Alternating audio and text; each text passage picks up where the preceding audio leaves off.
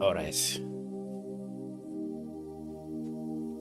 Sanibingelela bazalwane egameni lika Jesu Kristu waseNazaretha. Siyabonga uNkulunkulu kakhulu namhlanje ukusipha leli thuba. Thank you so much bazalwane kakhulu. Ngibingeleleke endle nasezantsi kuphila ukufinyelela khona lolu hlelo lwethu. Siyabonga kakhulu ke uNkulunkulu bazalwane egameni lika Jesu Kristu waseNazaretha. Ngibingelele KZN wonke ama-province Eastern Cape. Bazalwane bami Eastern Cape, bona mangikhuluma ngamaXhosa, amaXhosa ayithwele le channel ukudlula abohlanga lami, ukudlula isizwe sakithi. So ngiyabulisa kakhulu kakhulu la kufinyelela khona lezi inhlelo zethu egameni lika Jesu Kristu waseNazaretha. Igama lami ngingu-ST Wakadlamini. But before we start the show, today we are joined by i-guest yethu yaqala ukufika lapha namhlanje. Sisemsebenzini kaNkulunkulu ke bafowethu. uNkulunkulu siyamkholwa kakhulu. God is at work. God is at work. Siyambonga kakhulu uNkulunkulu bafowethu. Baba wethu oyingcwele, siyakubonga, siyakudumisa. Negama lakho lihle kakhulu, liyababazeka, alikho futhi alisoze abikho, alisoze laze laba khona elinganiswa nalo. Liphakanyisiwe uNkulunkulu wethu oyingcwele ezizweni zonke, emazulwini nangaphansi komhlaba, alisoze laze laba khona igama elifana nelakho. Lingcwele, liyababazeka egameni lika Jesu Kristu waseNazaretha. Heavenly Father, siyakubonga uNkulunkulu wethu oyingcwele egameni lika Jesu Kristu waseNazaretha. Ubuhle baleli gama buyamangalisa egameni lika Jesu Kristu waseNazaretha. Sibonga Baba wethu namandla nobukhulu baleli gama egameni lika Jesu Kristu waseNazaretha. Baba wethu oyingcwele, ushilo futhi wathi ngalo leli gama abasemazulwini nangaphansi komhlaba, emhlabeni wonke uNkulunkulu bayolivuma namadolo onke uNkulunkulu wethu oyingcwele egameni lika Jesu Kristu waseNazaretha. We thank you Father, uNkulunkulu wethu oyingcwele, wena uzifuna ngezwi lakho siyathandaza ke Nkosi ukhazimule nakule ndawo nakusolesi studio egameni lika Jesu. Uhamba umsebenzi ufinyelele ezizweni, lishunyayelwa leli ivangeli ngoba uNkulunkulu ukhulula abantu bakho nababoshiwe ezindaweni zonke labeboshwe khona. Baba wethu ithemba lethu, asifuni ukuya kwabanye uNkulunkulu, sifuna ukubona wena. Njengoba ukhipha Israyeli eGibhite, sikholwa yilokho ukuthi uNkulunkulu okhuphula nayo egameni lika Jesu. Usithatha udumo emini yasekuseni, uNkulunkulu oyingcwele, abantu bonke bangabakho benzile egameni linamandla wababhubhila leli gama ngegama lika Jesu Kristu waseNazaretha. Phakama ngamandla uNkulunkulu wethu oyingcwele, in the mighty name of Jesus Christ. Siyakubonga Baba wethu, in Jesus mighty name we stand in agreement ngaleli gama, sime sivumelwaneni saleli gama, in the name of Jesus Christ. We thank you Lord, in Jesus name we pray, amen. Amen. Siyabingelela bazalwane once again egameni lika Jesu Kristu waseNazaretha. uNkulunkulu wami, siyambonga kakhulu ke uNkulunkulu bafowethu egameni lika Jesu Kristu waseNazaretha. Sibonga uNkulunkulu ke osithwalile sokulinyaka oqala kwaze kwaba yilesi sikhathi samanje, nakuba siyaphila kungenxa yomusa wakhe. Ngaphandle kokumusha isikhathi ke angithathe lithuba ngamukele i-guest yethu esivakashele lapha okokuqala egameni lika Jesu Kristu waseNazaretha. Mama, ngithathe ithuba ngikubingelele bese ngikwamukela. Amen. Ngiyabingelela mfowethu, ngiyabingelela. Ngithanda ke mina ukukubiza ngokuba Dlamini. Ngizizwa comfortable mangisho kanjalo. Kodwa ke oqala ngiyabingelela kuwe, ngiyabingelela kubabukeli bonke nabalandeli balolu hlelo. Ngibonga uNkulunkulu kakhulu indlela zakhe ayifani ngempela nezethu. Ngangakaze ngibe nakho emqondweni wami ukuthi ngiyoze ngibe sohlelweni ekuthiwa lubukwa abantu ngenxa yezimo. Kodwa kuNkulunkulu nakho la engibeke khona namhlanje ngiyabingelela nakwi-crew yakho egameni lika Jesu. Amen. Siyabonga kakhulu mama. Thank you so much nje ngizothini nanokuhlula ama-fears wakho. Yes. Ukuthi finally ugcine nawe usibonile isidingo sokuthi ube nathi lapha namhlanje. Ngiyazi ukuthi kwesinye isikhathi la ohlelweni lethu si-host abantu abahlukahlukene. Khona abanye abantu uthola ukuthi si-host umuntu ukuba uyena o-contributor kubabukeli. Si-host umuntu ukuthi kube uyena odinga usizo from ababukeli. Yes. Kokunye si-host umuntu okuba ukuthi uye futhi osesidingweni se-support from ababukeli futhi naye uqobo lwakhe naye khona into ayikhulumayo esiza nababukeli emakhaya. So ngithanda ukuthatha leli thuba ngibonge kakhulu ukuthi ukho konke uma sikhuluma off air ngithi no mhlambe ke senze uhlelo lokuthi ke sizobonana sibone ukuthi sikhuluma kanjani labantu emakhaya. Siyabonga kakhulu mama. Mhlawumbe nabantu abaqala ukubona ke uma ngasipha your introduction mama. Okokuqala nje igama nguMbali. Okwesibili ngiyakholwa kakhulu iNkosi uJesu. Kodwa ke okukhulu kakhulu angizange ukuzokhuluma ngebandla elithile, angizange ngizokhuluma ngebandla lami, angizange ngizokhuluma ngeinto eziningi, ngizokhuluma ngempilo yami. Ngizalelwe KZN ke efamilini nje njengama families wonke, efamilini ebingazani noNkulunkulu. My family ingazani noNkulunkulu kanjalo kulindelekile ukuthi vele kukhona kodwa oNkulunkulu abakhonzwayo. Ngikhule kuleso simo ke ngafunda ngaze ngaqeda ngikhona eKZN ngokufuna ke imisebenzi ngenxa ukuthi ubaba wami ubesebenzela la eGoli. Sakhuphuka ke sizofuna imisebenzi safike sahlala kuye sino no dadewethu ke ongilamayo. Masihlala kanjalo kulungile ke wathola umsebenzi ngathola umsebenzi sahlukana kanjalo ke nobaba ukuhlala naye safunda ke manje ukuyimela emva kwalokho kodwa masimela kanjalo siyayibuka njalo impilo iyaqhubeka iyahamba oke wabona ukuthi mangabe usesimweni angazi ngizoyibeka kanjani ukuthi mhlambe abalaleli noyizwayo ayizwe kahle. Ake sithi nje ngikhule ngiwumzalwane angiyazi enye impilo noma ungafika ungiconvince ukuthi kunempilo engcono ngaphandle kobuzalwane angeke ngize ngikuzwe kahle. Bengiphila le yampilo yongazani noNkulunkulu ngitshela nje ukuthi yonke into ilungile futhi ihamba kahle. Kodwa ngithema ngifika empilweni yobuKristu kwaqala kwaba nalento engqondweni yami ukuthi hayi ngathi ikhona into engahambi kahle ngokuphila kwethu. Kahle uma bengingapha impilo yami isihloko bengingathi ukuphila impilo yokuboshwa imimoya. So mangabe uphila umuntu uyakhula nengqondo iyabona nawe uyabona ukuthi hayi ikhona into engahlangani ngalempilo noma abantu besho ukuthi I was like this yesterday but today I'm better. Wena awunabo lobo bufakazi bokuthi nginezolo ngathi izolo lami ngisaliphila namhlanje kodwa futhi angazi ukuthi leli namhlanje lami lizongikhiphela nekusaseni. Angazi noma iyezwakala kanjalo na kodwa nje ngifuna ukubeka esithombeni nawe mbukeli obukele nawe olalela ukuthi impilo yokuboshwa ayikho lula.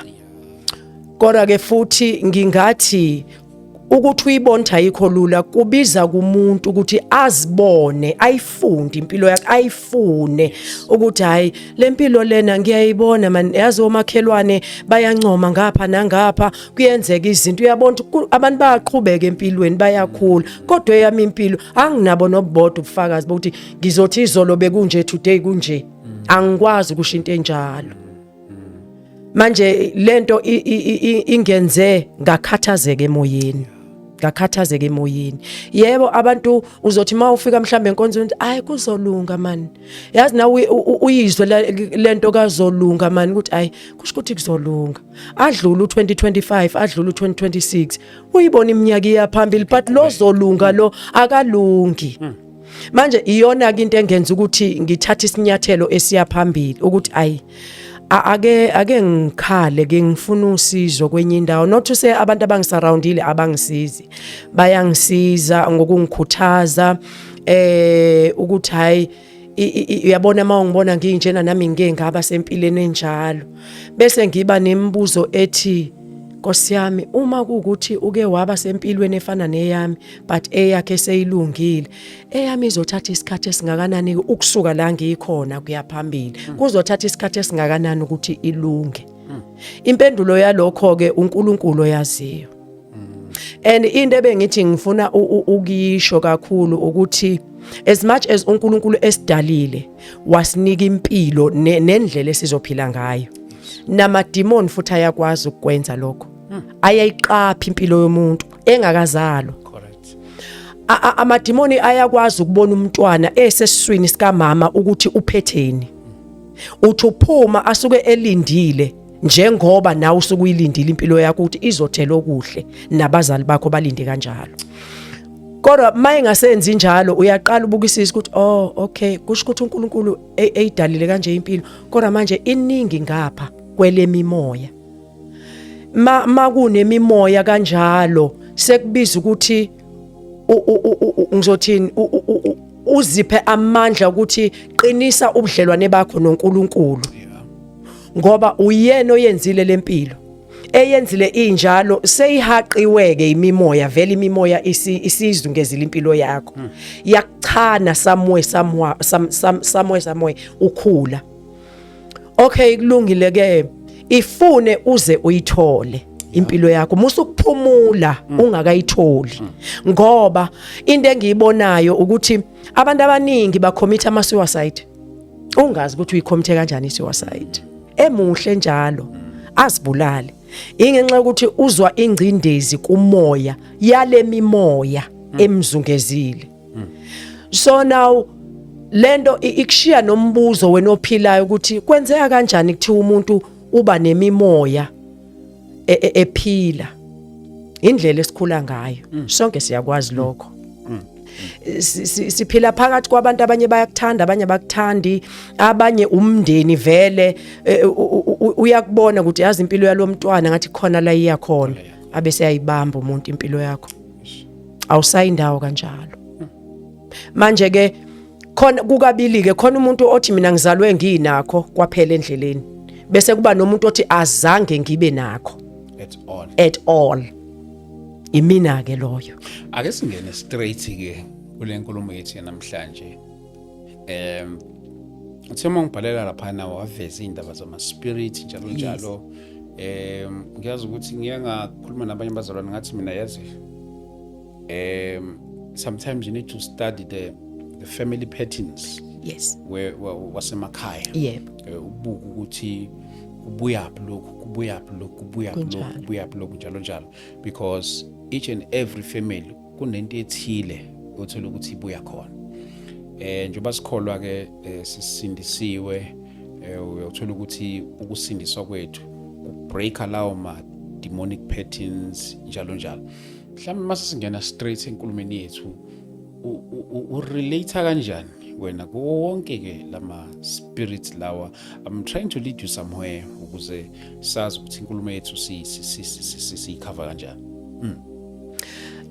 mina babudlamini ngikhulele efamily ebingena uNkulunkulu mayingena uNkulunkulu kanjalo kucacile vele ukuthi ngikhulele empilweni yamadlozi ekhaya bekuhlatshwa kwenziwa zonke izinto ngendlela yamadlozi kuze kwafika la ekutheni umamami amukela idlozi njengesangoma wathwasa ekuthwaseni kwakhe kuthema ephuma ekuthwaseni mase kuzophothulwa kumsebenzi emva kwalokho nje I think kwaba inyanga or 2 months bamcuya angazi ukuthi baye bathini ke ngezinye ilimi kodwa ke bathatha indwangu impahla zakhe zangaphansi mayiqala kanjalo mabemlimaza kanjalo wagula kumamama ugula nje sekabuya khona vele ephehlweni wagula isikhathi eside mayegula kanjalo wahlangana nomunye umama wamyalela elinye isonto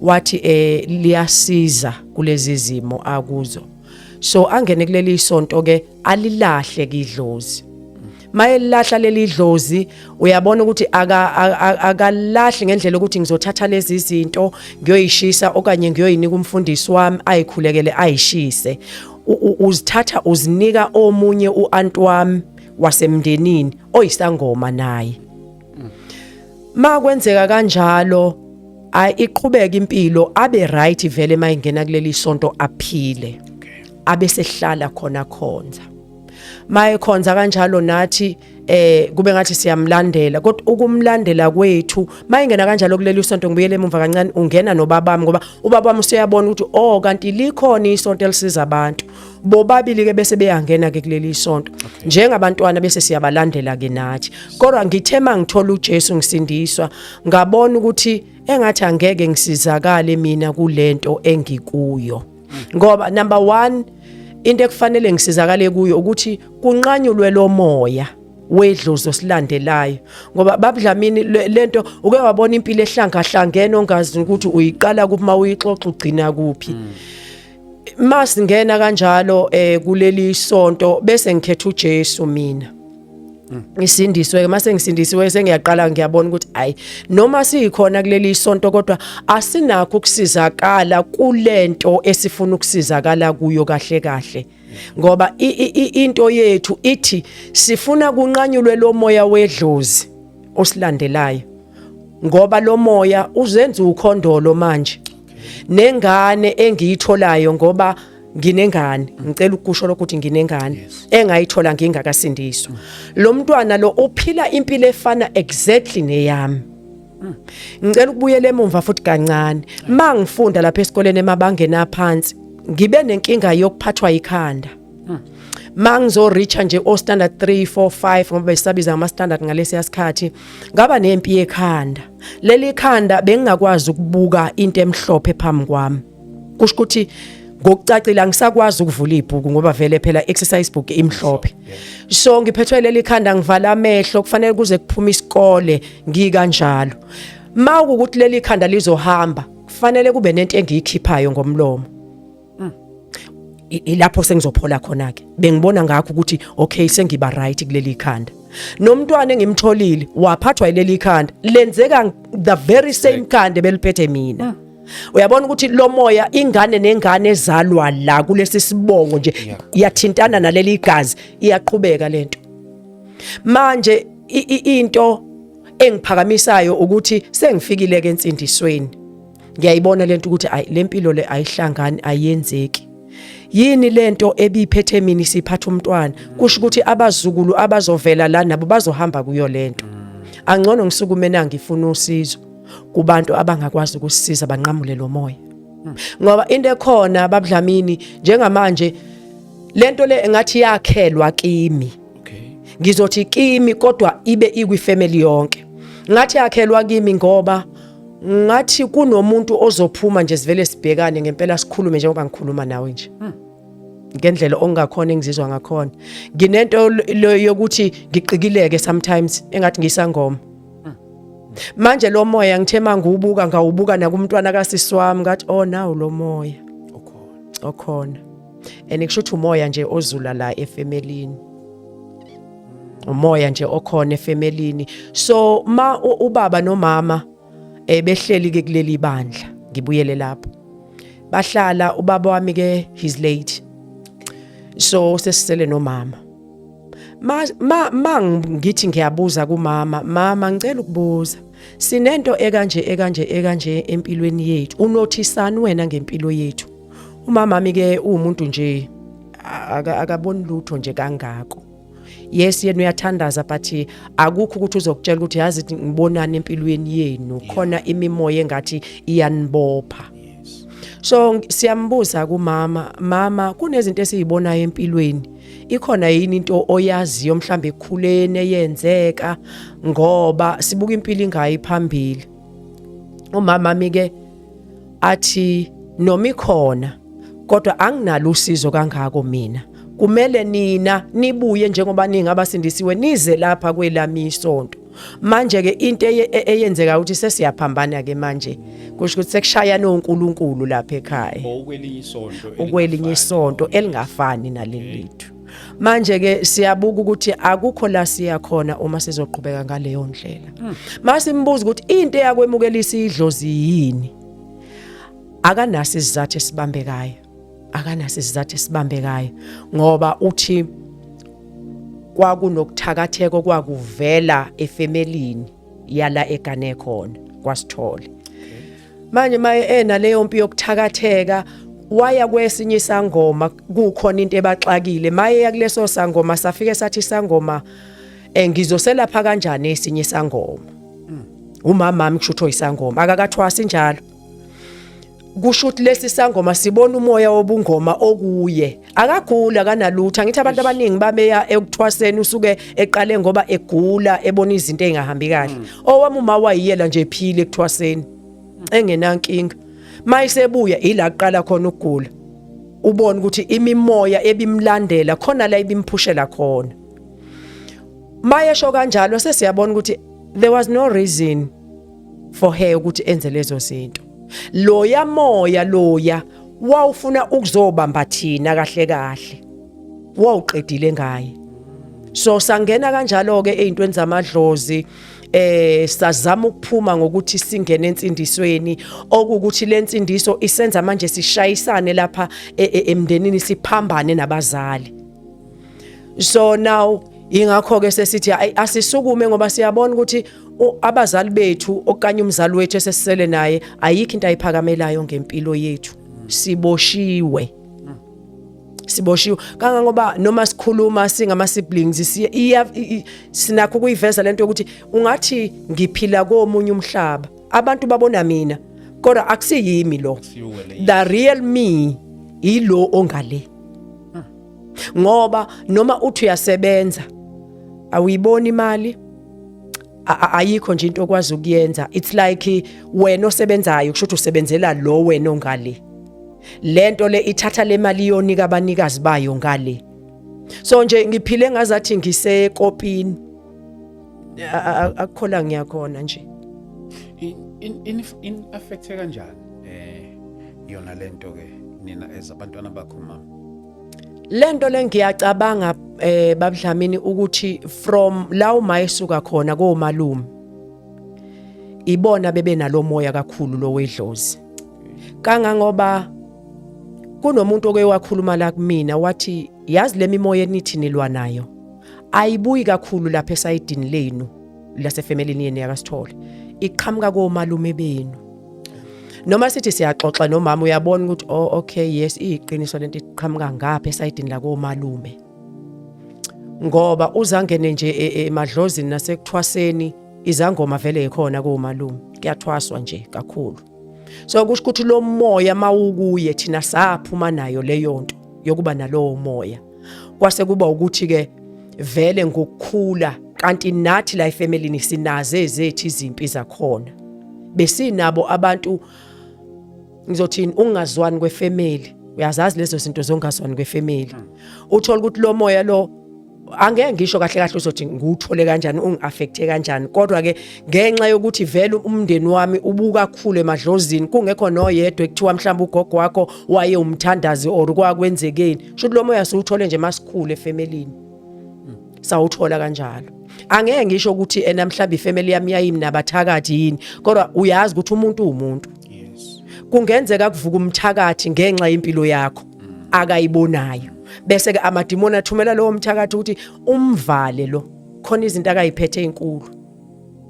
Maybe aside in lane okay what is it that you have tried ukudila nayo yonke le memoya ke kwiside lokukholwa ngazi ukuthi obviously ngomkhuleko but mhlambe how far you have gone kuyona yonke lento lena ukulwisana nale memoya?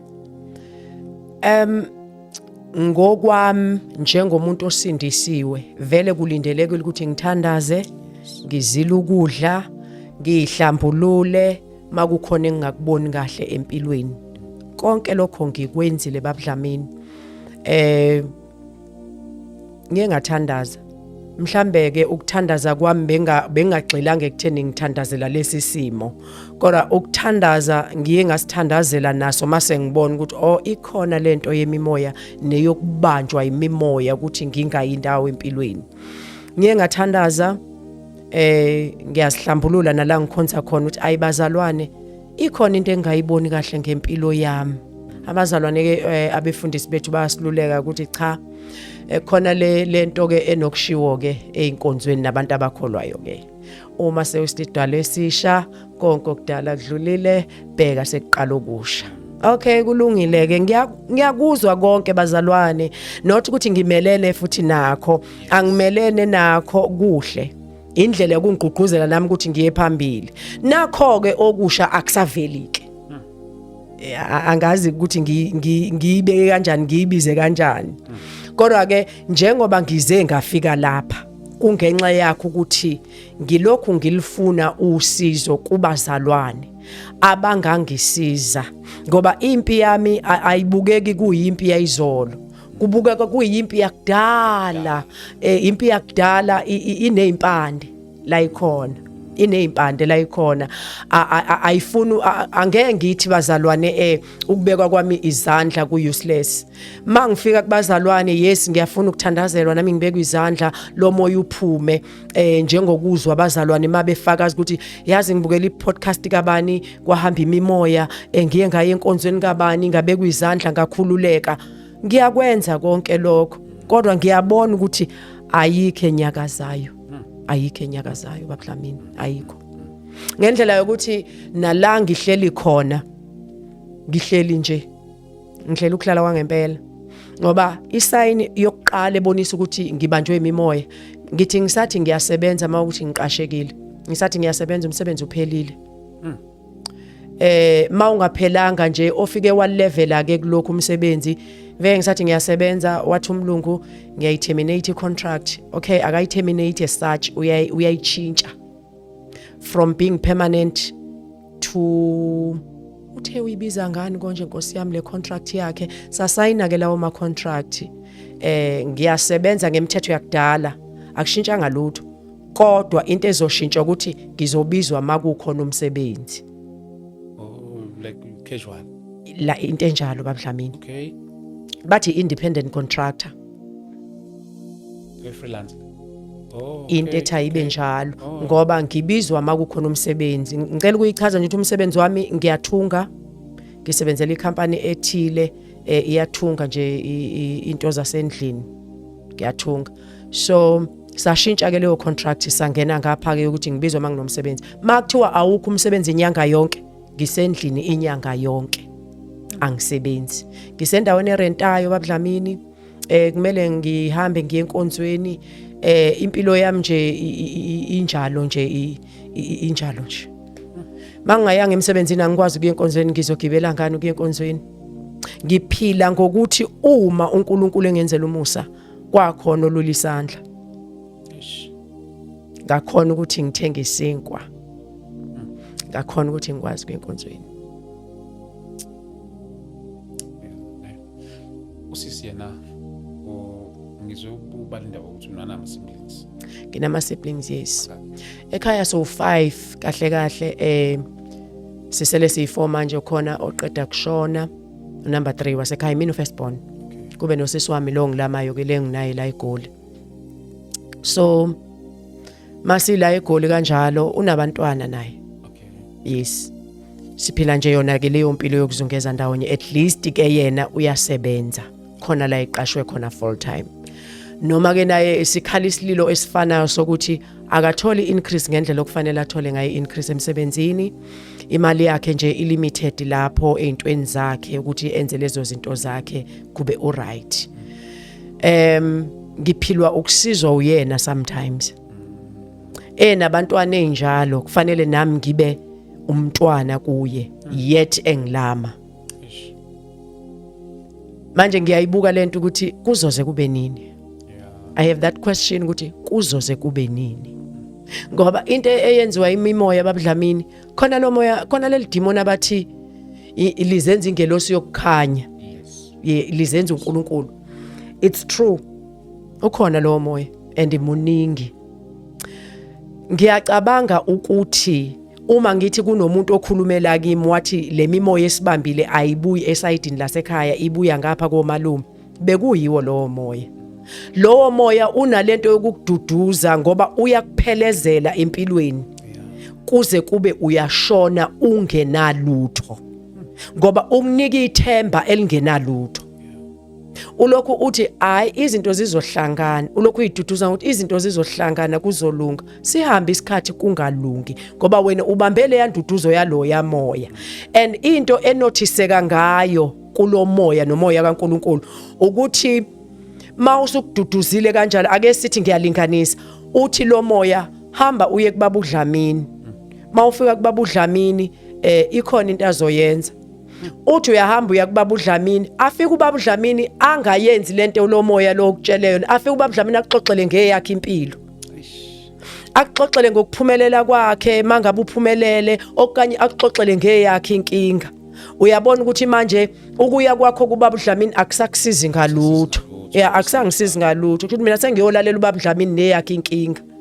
Ngigcine ngingasizakala kanjalo. Ilanga uqaphele khona ukuthi unayo lento ye false hope. Uthemba into engekho. Kangangoba ngeke ngakhuluma nomunye umama ngayo lento engisho ukuthi kunomoya ofike wathi kimi. Lo mama wabuza ukuthi uthe yini isixazululo. Ngoba umehluko phakathi komoya kaNkulunkulu nomoya lo ozenza uNkulunkulu ukuthi lo okaNkulunkulu ufika ukutshela inkinga yakho bese ukutshela nesixazululo sakhona. Make kwanomoya okutshela ngenkinga kodwa ungenaso isixazululo okwazi ukuthi akuwona umoya obuya kuNkulunkulu. Lo mama wafika wangibuza ukuthi uthe yini isixazululo salenkinga yakho lo moya. Ngathi awunginikanga isixazululo. Wayesethi awubuyi kuNkulunkulu. Kanti usho lento uconfirma into vele bisenhlizweni yami ukuthi lo moya lo ngabe ubuya kuNkulunkulu. Waye ungitshele ngenkinga engiyaziyo kodwa ongena isixazululo sayo. Izo zonke izinto lezi ezingenza ngibe confused ukuthi kanti lempilo le esiphilayo thina angazi babudlamini ukuthi ngizibuza umbuzo othini kodwa ukuthi sizophuma nini kulempilo. Yes abantu bathi sizophuma kuzolunga hayi qiniselani kuze kube nini. My question is kuze kube nini. Siyazi siyamkhonza uNkulunkulu ngiyamkhonza uNkulunkulu ngiyakwenza okwenziwa endlini kaNkulunkulu nginalo lelo themba. Kodwa mayisicindezela lento okumoya ngoba ingathi ba nezikhathi kwezinye izikhathi kube ngathi iyakhulula nje ungathi ushawa umoya kube ngathi akonakele lutho and life fika khona ungangelale nasebusuku ngoba ingqondo iyathatha iyabeka uyazibuza uyaziphendula impendulo futhi engagcwele ubone ukuthi yazini ayikho lento. Ayikho lento. Omunye athi hayi ngcono ngivele ngiyiende namhlanje impilo yami. Avela thatha intamba ayihenge. Futhi maningi amathuba ke kimi ngoba ngihlala endlini nje kanje ake sithi anikho nje nonke ngiyihlalele nje ngisendlini. The whole day. Ucabanga the whole day uwedwa endlini. Ungekho emsebenzini ungekho phakathi kwabantu. Lo moya ngiyabona ukuthi ukhuphula istandard so ukuthi asimkhiphe emsebenzini. Ahamba yohlala endlini. Ahlale nje yedwa. Wena mawungawuqondi lo moya uzothi mhlambe isolation kaNkulunkulu. Kanti no. Uma bekwe kaNkulunkulu bekufanele uNkulunkulu angibeke endlini. Angisho ukuthi ngiyamkalela uNkulunkulu ukuthi bekufanele akhulume in 2 weeks time ngiphumile emsebenzini ukuthi ungibekeleni la. Ngoba uNkulunkulu neindlela zakhe zokwenza kodwa ngifuna ukuthi njengoba izwi likaNkulunkulu lithi izwi likaNkulunkulu hlolana umoya. Musu kuvuma ukuthi bonke omoya babuya kuNkulunkulu ngoba ngempela ukhona umoya ongabuyi uNkulunkulu kodwa uzenze ngathi ubuya kuNkulunkulu. Ngihleli ke endlini kwenzekani akwenzeki lutho ayikho into eshintsha ngokuthi ngihlele endlini. Mhlambe ukube bekuNkulunkulu bezosho ukuthi hayi ngikubekele lokhu la endlini. And enye into babudlamini into engiyibonayo nengiyifundayo ngoNkulunkulu ukuthi uma uNkulunkulu ezokwenza into okanye ekufaka esimeni sokuthi khona la ngifuna ukukhiphela khona uzokubeka kuleyo ndawo mawukuthi isenhluphekweni uthuma ingelosi yecomfort ukuthi ikududuze njalo iqinise njalo futhi nawe uzoyifila lento yokududuzwa noma usesimweni kodwa uma into yakhona ingabuyi kuNkulunkulu uyayizwa ibabhlungu iyakhalisa akufanelanga ukhale mawusesimweni ukuthi uNkulunkulu ileyo into engifunde endleleni ukuthi lesi simo sethu asibuyi kuNkulunkulu that is why sikhala kangaka sifuna usizo ukube besibuya kuNkulunkulu besizoba nayo le yanto ukuthi hayi asiqiniseleni kuzolunga kube kuzolunga vele luze lifike usizo mhlambe mama unomuntu lapha usibukelayo lapha ekhaya othi because this is a Christian show nabazali bonke ngiyazi abanye bayithatha le matter manje bayenza one of their prayer items yes kumuntu othi mhlambe ikhona into engakusiza ngayo mhlambe ngokomsebenzi ngizwile eqala ukubalula indaba yokuthunga mhlambe ukhona omunye umsebenzi okwazi ukwenza mhlambe if there were someone ongathi no mina I can offer you lo umsebenzi othile mhlambe imuphi lo msebenzi ongathi mhlambe sinabo abantu ukukhuluma nabo ngokomsebenzi owenzayo omunye nje ungathi mhlambe uskilled ubona ngokwemisebenzi engiyenzayo babudlamini ngingathi njengomuntu wesifazane ngingaklina ngingawasha into engenziwa yinoma yimuphi umuntu wesifazane ngokomsebenzi enginawo yiwo wona lo wokuthunga enginawo and enye into kune business engike ngathi ngiyayiqala ngisesendleleni yayo ngithenge ngizocela ungasho ukuthi mhlambe umsebenzi wani kangako kodwa bengifuna nje ukusebenza ngokuthi ngitransport abantu like usuka la uyala uyangiqasha ngiyakususa ngiyakisa ngilike ngicela ungashi ama companies athile kodwa nje bengikuleyo process yokwenza lowo msebenzi khona engisakulungisa yebo kodwa babudlamini ngokwami emoyeni wami yes ngiyawudinga umthandazo ngidinga kakhulu i-deliverance ngoba bengawuthola umsebenzi yabona umuntu osexakekeni akanayo into yokuthi ena yazini mawungakunika lo msebenzi mina I can do better in each and every work onginika yona I excel that's what I know ngoba lento yokuexcela ikimi ngiyaye ngithanda ukuthi umuntu mangimenzela into ngiyenzele ngendlela ukuthi abonke ngenhliziyo yakhe yonke angangigodleli ngoba isibusiso sami sikulokhu kubonga so now ayikho into engikwazi ukuyithinta njengamanje ngisesekulesi simo isandla sami asibambi lutho ngikakwenzela wena ube right but mina ngokwami ayikho into engingazenzela yona manje ngoba kumele ngikhishwe lento eyafakwa kimi babulami ngicela ukubuyela emumva kancane futhi ngiyaxolisa kakhulu kodwa ke nginalento ukuthi masise lapha mangaba abazali bekulelizwe leli lokubhula nokwenza zonke izinto abazali bami bebenayo into yokuyobhula bethi sayozwa nje ukuthi kwenzekani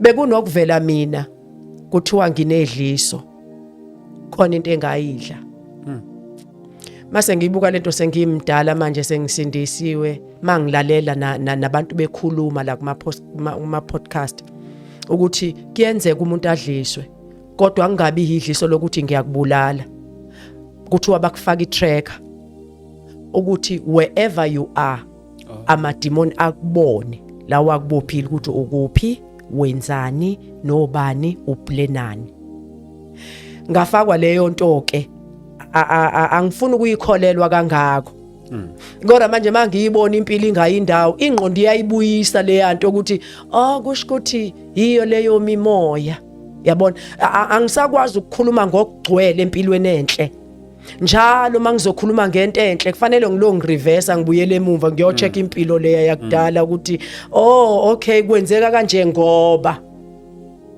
into engiyifuna kakhulu babudlamini i-deliverance umsebenzi ngawuthola ekseni mangaphuma la mangaphuma kulesi simo ekseni futhi ngathola umsebenzi nami engakaze ngicabanga ukuthi ngoke ngiwuthola you are very correct engangaze ngicabanga ukuthi ngiyoke ngiwuthola ngoba kwelika moya ngoba ezweni lika moya kaNkuluNkulu asisho umoya kaNkuluNkulu uthi imimoya.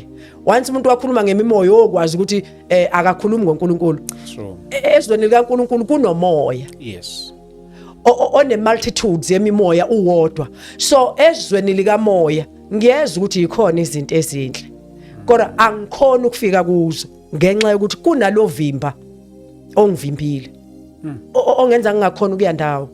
And into enginotisayo ngemimoya enza ukuthi umuntu ophilayo uma engena kuNkulunkulu kungenzeki lutho uxabane noNkulunkulu. Nilwe ngendlela yokuthi uzumthuka uNkulunkulu ukuthi uma uNkulunkulu kuukuthi ukhona kangaka kanti empilweni yomuntu why kwenzeka kanje empilweni yami, of which it's wrong. Akufanelanga imquestion uNkulunkulu izinto obonayo na ukuthi sezingaphandle kwequestion lezi zinto. True. Kodwa imimoya iyakuphusha ukuthi yenze lento kuNkulunkulu kuze uNkulunkulu akuthukuthelele ungabi nayo indlela yokuphuma. Ngilwa ne deliverance babudlamini. Ngiyabonga konga ngi-offer umsebenzi, ngiyawufuna umsebenzi ngempela. Kodwa angeke uzungenzele lutho umsebenzi kusana lenkinga. Qinisile. Ngeke ungenzele lutho umsebenzi. Ngaphatha imillion. Angeke izingenzele lutho babudlamini. Angeke ungenzele lutho million. Ngeke ngithenge ngisho isicathulo ngemillion ngoba lo moya into oyenzayo. Mangeke ngathi ngiphatha imali eyisamba. Kumele le mali ihlale accountini ihlale mhlambe kungene lo 2 rand lo 10 cent lo 1 rand. Alright, ayindawo le mali. Lo moya uzokwenza ukuthi akuvuleke into emumva ezofuna ukuthi ngiyokhipha le yamali. Ngiyidle ngiyiqede. Kuzothi mase ngiyiqedile kube ngazathi kukhona okuvulekayo maqondana nemali. Uyabona ukuthi ihamba lento nje angazi idla, iyadla yona.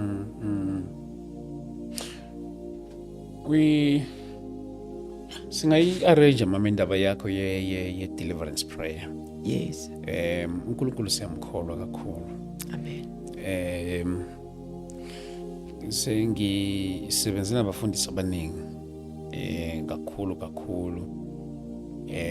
uNkulunkulu abaphile inkonzo ngokuhlukahlukana kwazo. Yes. Ngicabanga ukuthi into engizoyenza ngizovela ngixhumanise nobabuchelisa. Ya, ngovela ngixhumanise nobabuchelisa ngoba ukuthi ke ngoba use KZN. But bakhona nabanye bafundisi bakhona la eGoli in the meantime mhlambe nakhona sibe siqala umkhuleko lo deliverance prayer then simkhole uNkulunkulu ukuthi ikhona into angayenza. Amen. Ubusuke wazi engage na deliverance prayer before? Cha bengingakazi. Bongaka kusokuqala this time. Ngiyaqala. uNkulunkulu siyamkholwa kakhulu. Ngifuna ukukunikeza neassurance ukuthi awufikanga ngephutha kwakhona la. Amen. Akusiyona ne coincidence. This is a divine appointment. uNkulunkulu ukuhlelele futhi masingabe sisayikhomba nakude sizo arrange nje kungekudala. I have a strong belief ukuthi uNkulunkulu uzovula more doors. Kwesinye isikhathi siyasithi masibuka sithi yazi mangathola nje into enjena yazi kuyobe kwanele. uNkulunkulu avela akuphendule ngokukunikeza into obungayicabanga nokuyicabanga because umusa ukuthengisa into nephakethe lakho lingayi afford. So uNkulunkulu siyamkholwa mama ukuthi after umkhuleko and after the deliverance prayer God will do wonders for you and uNkulunkulu wenza ngendlela yokuthi akunikeze isizathu esikhulu esizokwenza ukuthi nokuthi ungamkhohlwa. Akucreate unlimited opportunities of life. So uNkulunkulu siyamkholwa ukuthi kuyonke lemimoya elwisana nawe pulling you down uNkulunkulu uzokwenza indlela yokuthi ayinqobe. Ngiyazi ukuthi abazalwane sibe nento ukuthi hamba usibanibani even lakithi thina sikholwayo sithi usibanibani hamba kudlamini unesiphiwo une-deliverance. Yes. Kwakhona lokho ku-wrong. Kwakhona lokho ku-wrong. Uyedwa umuntu odeliverishanayo uNkulunkulu kuphela through the man.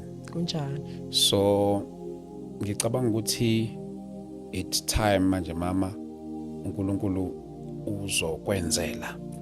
So anginayo indlela the moment uma sesibona isimo somuntu then besibona ukuthi hayi no woza kimi shothi udumo sokungolwami lapho. Kunjani? Yabo usengolwami udumo lapho akusesilona lokaNkulunkulu, but i-assurance anginikeza yona ukuthi the time has come uNkulunkulu uzokwenzela umangaliso kakhulu mama. Akube njalo. Siyamkholwa kakhulu mama uNkulunkulu. Mhlambe nabanye abazalwane abangafisa ngoba ngiyazi ukuthi kunama groups amaningi emthandazo akhona lapha emafonini ahlukahlukene. Ngiyazi ukuthi bazalwane I'm giving you a challenge. Please make it your prayer item. Bazalwane bami lapha emakhaya ngiyazi ukuthi there is plenty of intercessors out there.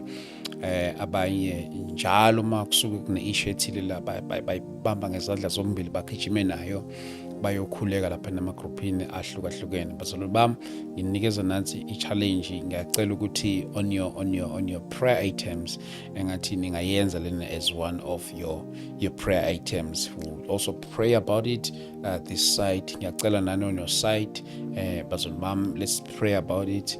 uNkulunkulu simkholwe kakhulu ukuthi uzomdeliver uzomkhulula umama lapha egameni lika Jesu Kristu. Maybe mama mhlambe amazwi akho nawo ongagcizelela ngawo nento ongafisa nokuyisho nakubazalwane bonke nama intercessors emakhaya before sizovala uhlelo lwethu. Into engingayisho mhlambe kongayibona le video okokuqala nje uthi bazali sisizeni nisebenzisane nathi. Yeah. Uma umntwana ebona okuthile empilweni yakhe zama ukumlekelela, ungashayise ngathi awuboni lutho, ngoba into enkulu ukuthi umntwana oyifa lomzali wakhe. Uma ngingaproduce lutho umzali ugcina ekuthuka akubize ngazo zonke izinto akubona ubu-useless kanti wena ubambene nomoya obambene nawo. Kobukele nolalele mhlambe ngiyamkholwa uNkulunkulu kakhulu. Yeah. Njengoba obabudlamini usasho ukuthi mabengasikhulekisa siphume kulento ngingajabula kakhulu. Nokuthi impilo yakho umuntu ibheke musukushaya sengathi awuboni ube ubona, musukulinda umnyama ongenafu, ngoba ipurpose yesitha ukuthi ufe ungenalutho, ufe umthuka uNkulunkulu. Njengoba nje unkosikazi kaJobe athi mthuke ufe, vele ukuthuka uNkulunkulu kukufa. So nje sisohambweni and impilo inde. Noma ngakuthi ubuzophila 10 years, lo 10 years uba mude mawukuthi uphansi komoya othile ongewona umoya okujabulisayo. U20 years owuphilile nosazowuphila uba mude kakhulu, vele uze uthi ayi lo 20 years ngathi uyofika mina ngasayingeni yonke lento. Kodwa ke ngifuna ukuthi ibheke impilo yakho, cry out for help. Yeah. Lufune usizo kubantu abangakusiza. Njengoba nami ngila ngizofuna usizo, ngiyazi ukuthi ke singabantu sinemiqondo eyahlukahlukene. Abanye babuka ngenye indlela nabanye babuka ngenye indlela. Kodwa ke nje kakhulu ngidinga ukukhululwa kulomoya. Kakhulu futhi usizo ngiyalucela kubantwana bakaNkulunkulu. Mhlambe nabantu abangathanda ukuxhumana nawe ke bakuthola kanjani mhlambe nakulabo bangafisa ke uofarisha usizo ngokwezigaba ezahlukahlukene? Into engingayisho ngine number ye phone. Mhlambe engayishiya makuthi babudlamini yangivumela. Yes. Nginayi email address mhlambe khona ufuna ukungibhalela through email. Yes. Ngikhona ku WhatsApp ngiyatholakala. inamba yami ke mhlawumbe mangayisho u072 687 6835 iyona namba nje kuphela engitholakala kuyo. Ino WhatsApp nje ngiyatholakala ku WhatsApp, cha ko Facebook angikho, nakwezinye ke izinto okuthola kuzo abantu ikhona kodwa ku WhatsApp ngale yo namba. Yes mama, sembonga uNkulunkulu ngawe. Uzobuya ngobunye ubufakazi. amen Angijabona lana uphathi wani wethu buka kanjani. amen Sizobuya ngomunye uphathi usungenye into ke. uNkulunkulu siyamthola, uzobuya usuzofakaza ngenye into. Siyabonga kakhulu mama, kakhulu. But ke ngicela ukuthi ke sivale ngomkhuleko, ke simbonga uNkulunkulu ukuthi ugcine ufikile lana. I'm declaring ngempela uphathi wethu sobe sisikhuluma ngenye into. amen About your life. amen. Baba, siyakudumisa, siyakubonga, siyakubabaza uNkulunkulu namandla. Siphakamisela wakhe sefikile kule ndawo. sezulwini, Siyabonga Baba sehlisa bonke abanye ngegama lika uNkulunkulu Jesu abazibekile Kristu ey'hlalweni waseNazaretha. zabo. uNkulunkulu We wethu thank you, ongcwele, Father, Heavenly siyabonga, Father, sibonga ithubo in the siphe mighty name of Jesus Christ. egameni lenkosi yethu Jesu. Ngegama lika Jesu Ngiyakholwa Kristu futhi ngiyakholelwa waseNazaretha. egameni lika Jesu lona Oh, lodwa. Heavenly Father, Alikho we elinye thank you elinikeziwe in the name of ebantwini. Jesus. Yazi Ngempilo uNkulunkulu kamama, unemicabango emihle egameni lika Jesu ngathi Kristu waseNazaretha. yokusiphilisa Baba, nokusiphumelelisa. siyathandaza Ngiyakholwa uNkulunkulu wethu engcwele. ukuthi konke lokhu All the ukukhuluma monitoring kuma-record spirit asezulwini that are pulling her kuney'ngelosi down ezizula kule in the ndawo name of ezibhala Jesus yonke Christ. lento esiyixoxayo. Baba wethu Ngiyazi engcwele, ukuthi phambi we pray kaNkulunkulu uNkulunkulu wethu njengamanje onamandla, ukuthi yona she's iyakhuluma. delivered in uNkulunkulu the wethu name ongcwele, of Jesus. siyabonga In the mighty egameni name lika of Jesu Jesus, waseNazaretha she's ophilayo. delivered ngegama lika Siyabonga. Jesu Kristu Udumo lonke waseNazaretha. lufanele lungu lwakho. Baba wethu uNkulunkulu engcwele, wethu uNkulunkulu ongcwele, wethu onamandla onke, iphelelise le nkonzo. egameni lika Iphelelise Jesu uNkulunkulu Kristu ngokuthi okuhle waseNazaretha. kuvele. Baba wethu Livele ilanga engcwele, lokulunga. uyaphila, ukhululiwe Livele lembethe ngegama ukulunga lika Jesu emaphikweni Kristu alo. waseNazaretha. Egameni lika Simemezela Jesu inkululeko ngegama lika Jesu Kristu.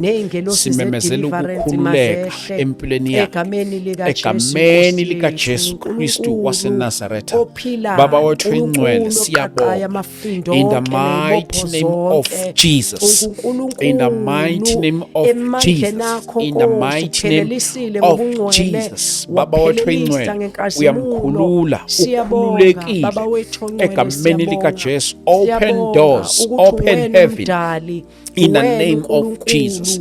Even ifamily yakhe simemezela unkululeko emndenini wonke, esibongweni sakhe, umndeni wonke nabantwana bonke ngegama lika Jesu Kristu waseNazaretha. Baba wethu engcwele, siyathandaza ngegama lika Jesu, sibhidliza wonke ama-altar wobumnyama egameni lika Jesu Kristu waseNazaretha. Wonke ama-altar wobumnyama ngegama lika Jesu Kristu waseNazaretha, ngegama lika Jesu siyawabhidliza in the mighty name of Jesus Christ. Lord God, we pray, uNkulunkulu wethu engcwele, and all the curses, all the demonic patterns, in the name of Jesus, we neutralize them in the name of Jesus Christ. We dismantle them in the name of Jesus Christ. Lord God, we thank you, uNkulunkulu wethu engcwele, uNkulunkulu wethu onamandla, usukwenzile. Thatha lonke udumo ke uNkulunkulu nangomsebenzi wakho omangalisayo ngegama lika Jesu Kristu waseNazaretha. Baba wethu engcwele, siyabonga Baba wethu onamandla ukuba usukwenzile. impilo yethu uNkulunkulu wethu sihambe onamandla sesisithi egameni isikhathi lika sihleli le ndawo.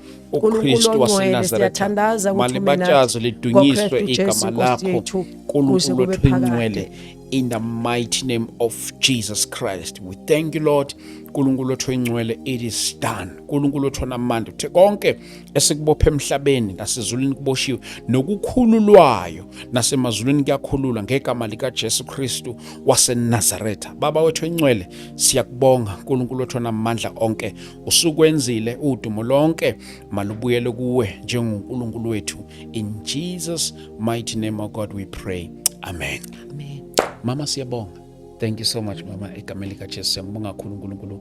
Engathi uNkulunkulu angakufihla akukhusele njalo. Amen. Amen. Bazalwane, Siyambonga kakhulu uNkulunkulu ke egameni lika Jesu Kristu waseNazaretha. Senze kanjena ke ngomhla ka31 31 January. The last Saturday of January 2026. Sizobe sinomkhuleko laphana eSoweto eMidlands ezone 6 laphana kaMfundisi uMbatha. Sinento ethi ake uqale emthandazweni lonyaka ka2026. Ngiyazi ukuthi kunabantu abazobefika beza eGoli, people who are in the marketplace, abantu anabaye bazobe beqala ukufika bazofuna izikole, umsebenzi njalo njalo, nabanye ababuyayo. So zothi ke sivule ke this prayer for the first time senze umhlangano kuJanuary specifically for umthandazo. Siyobe silaphana inside the school okuthiwa Inkonjane Primary School. Siyobe sinaye indoda ebuya le eKZN, umpostoli esivinxumalo, indoda yomthandazo. Siyobe sinaye kanjalo nompostoli uThiphi Ndaba from Katlehong, kanjalo nayo baba umfundisi uMbatha. Siyobe sinayo laphana bazalwane bami. Ake siyothandazana sonke laphana ke sivuleni sonke lonyaka. Indlela esuphetha ngayo, indlela esuqala ngayo lonyaka iyona ezodetermine ukuthi siwuphetha kanjani. Ake siyoqala emthandazweni bafowethu egameni lika Jesu. I cannot wait to see you there. For more info 0788 417 844. Asibonane ke khona laphana ke bafowethu eSoweto 31 January, the last Saturday of January 2026. Siyobe silaphana. uNkulunkulu anibusiseke. I cannot wait to see you there. God bless you. Amen.